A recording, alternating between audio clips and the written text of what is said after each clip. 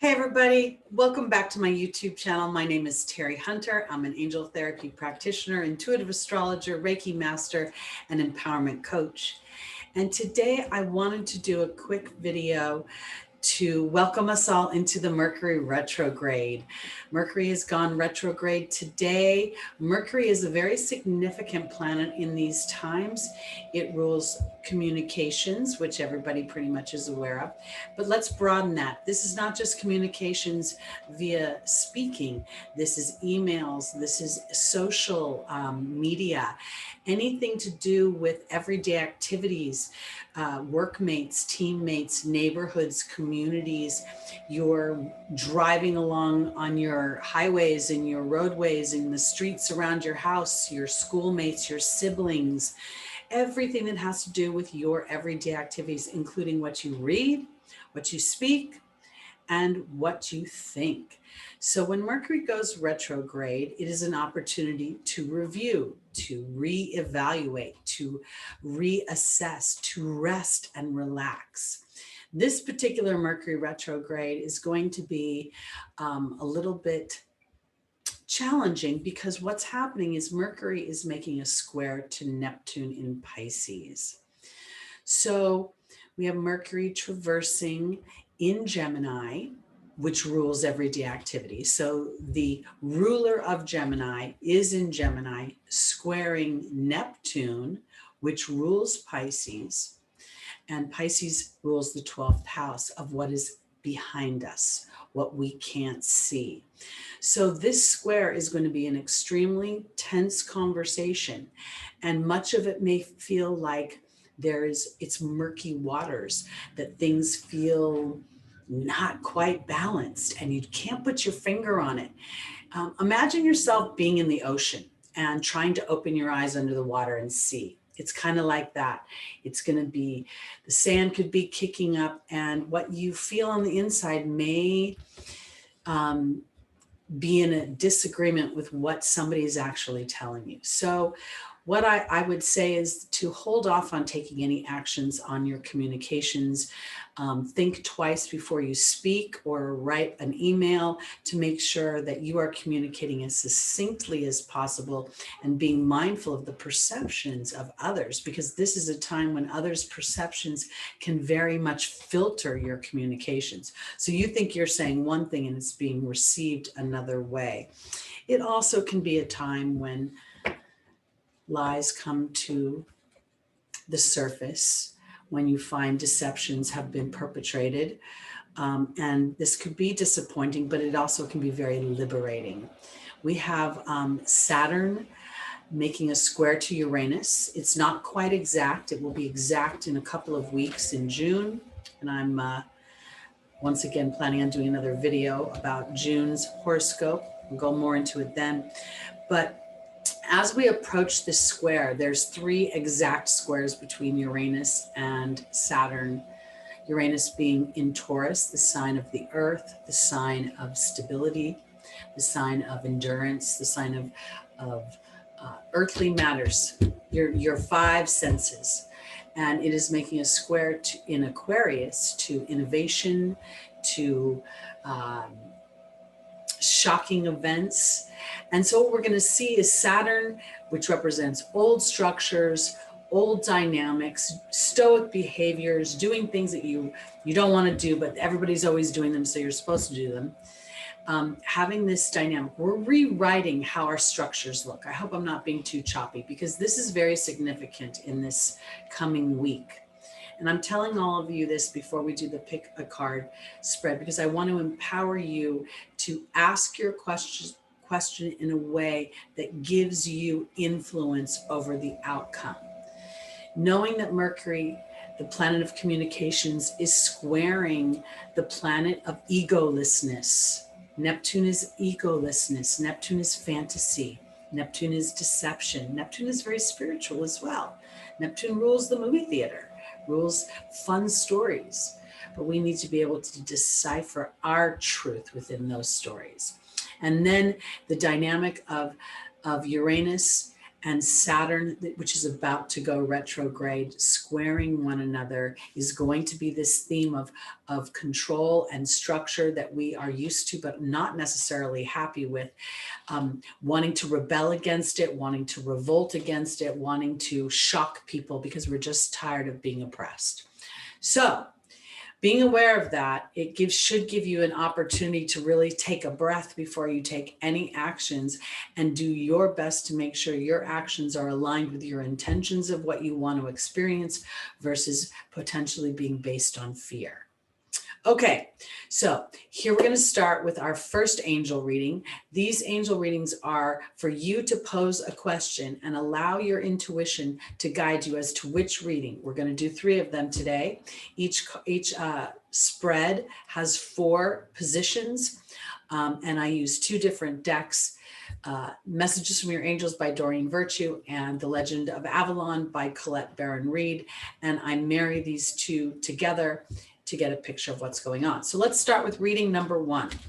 In the foundational position, we have the Goblin and we have Rosetta, which represents children and teaching and parenting children. This would also very much represent the 3rd house right now, because the 3rd house, Gemini, rules young children, young school-age children.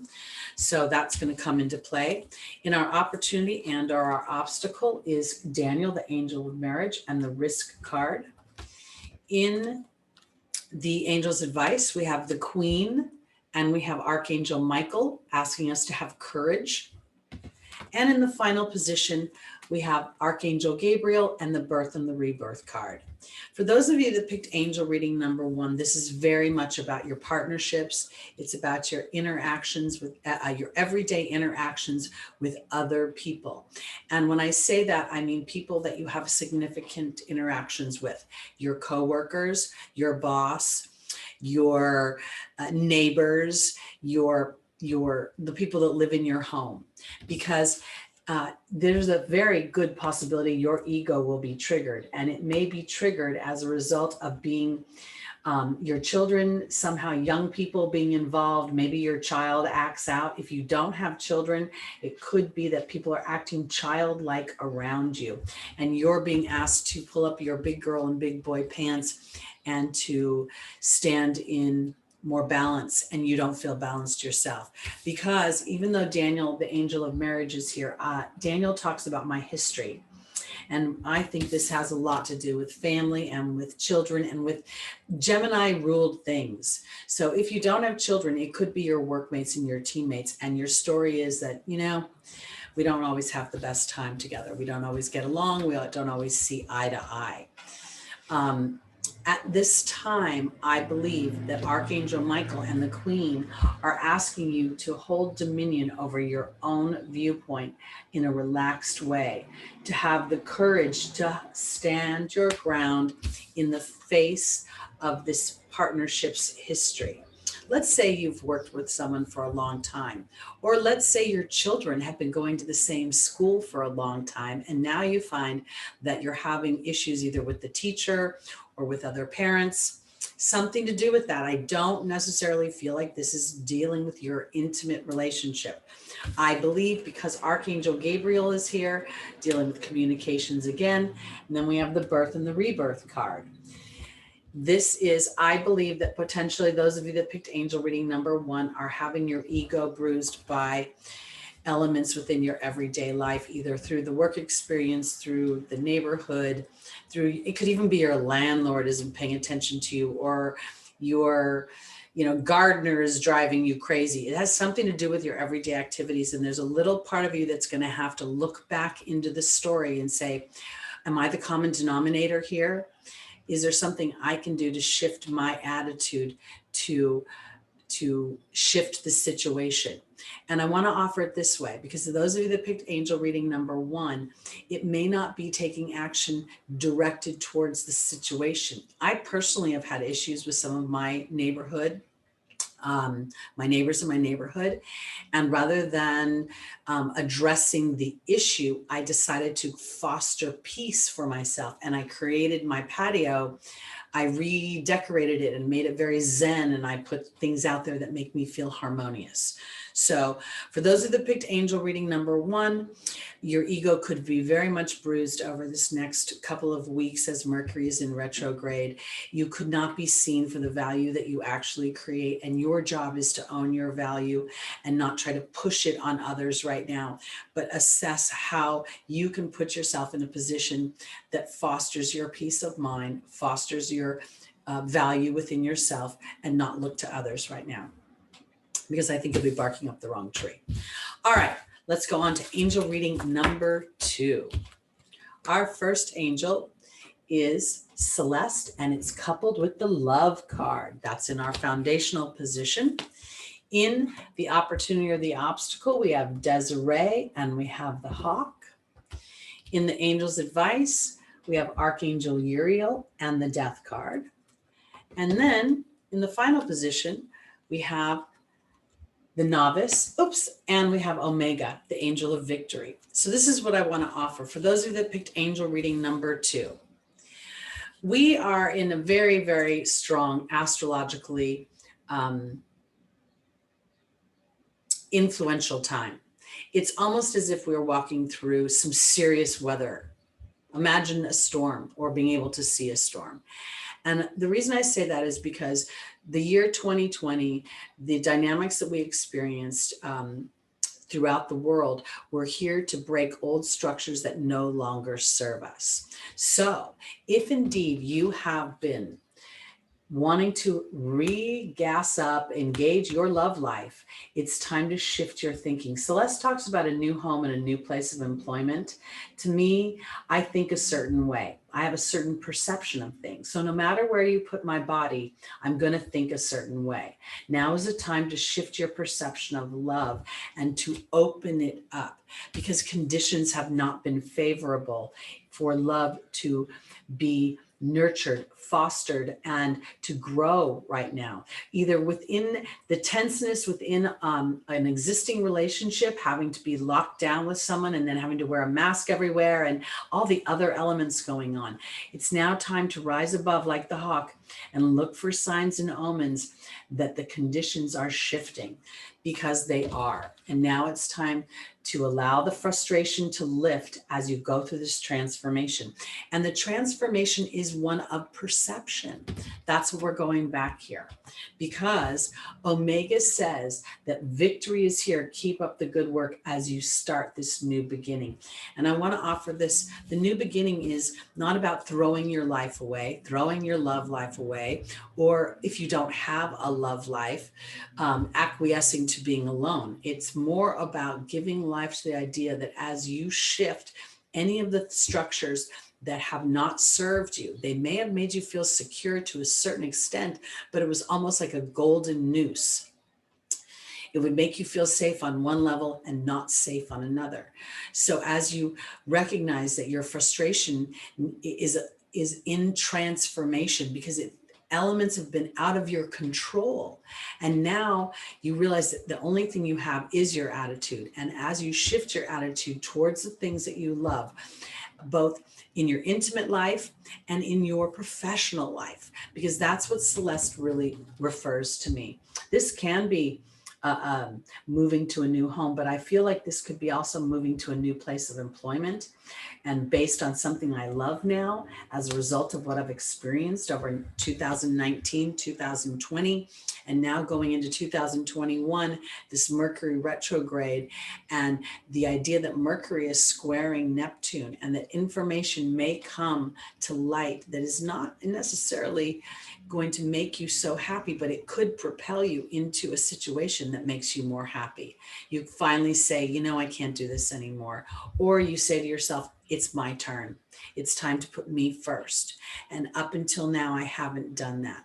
And I haven't been able to do it because I felt obligated in certain ways. And now those obligations are lifting.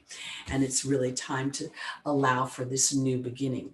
And the new beginning is taking it one step at a time, one thought at a time. And I want to really say, during this Mercury retrograde, when you have that thought, take a minute and think about it a second time.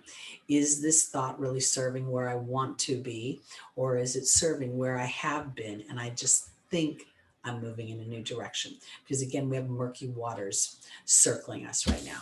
All right, let's go on to our final and third reading.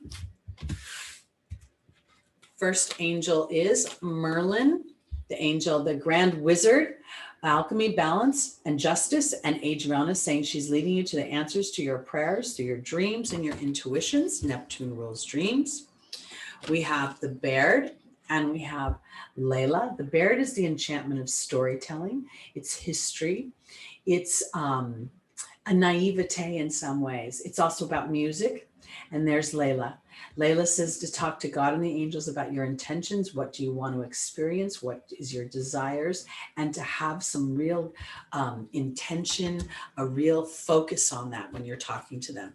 Because there may be a lot of disruption happening for you right now, but you've asked God and the angels for help. And in order to have the life you want, this disruption must take place, meaning that the disruption is the doorway to your dreams, and it may be a little disruptive to your history. In the final position, we have the Burden card, and we have Astera saying to reach for the stars with your dreams and desires and not to compromise. For those of you that picked angel reading number 3, this month, June, is another month of endurance in some ways. And I say that because the endurance comes from me being able to keep my eye on the prize of what I want. And if I sit for some reason unsure of what I want, or I find that there is disruption on the path, I get to sit back and really ask myself if this challenge that I'm going through is really leading me to where I want to go. Because Merlin is a card of justice. It's a legal card in some ways. It represents balance. And that balance comes through pressure. And this pressure, for those of you that picked angel reading number 3, is being led, not driving the bus. So during this time of this Mercury retrograde, while it's in a tense conversation with something that's sitting behind you that you can't see, because Neptune is in the house, in the 12th house, and the 12th house is behind the first house of self.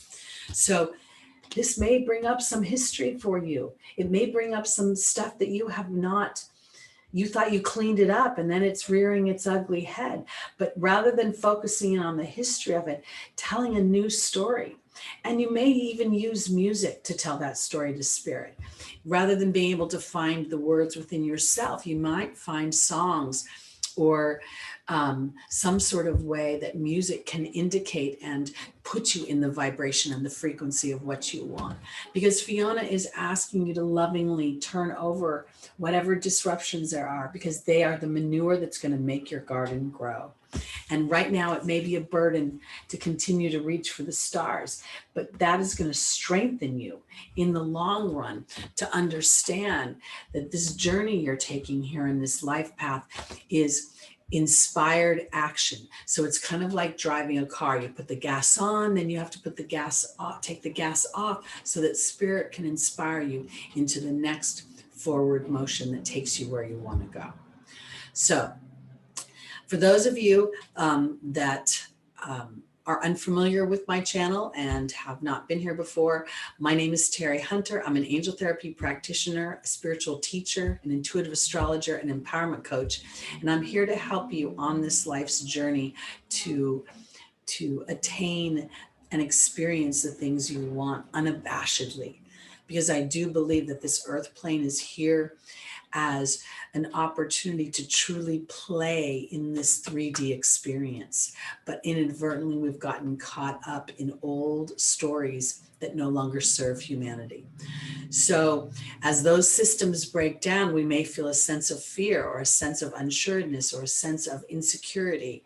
But when we check into our heart and when we connect with our team of heavenly hosts, then they start to connect through the laws of attraction experiences that support that bigger vision. And then we act as lighthouses for the rest of the world that may be still living under the veil. So thank you so much for watching my video today. Please like, please subscribe, hit that notification bell so you'll find out when I post things, because it seems to be a little erratic lately. And thank you so much for taking the time. All right, I'll be back soon. My intention is to shoot another video on Monday. It'll be June horoscopes. So I'll do my best, guys. Thanks so much. Peace.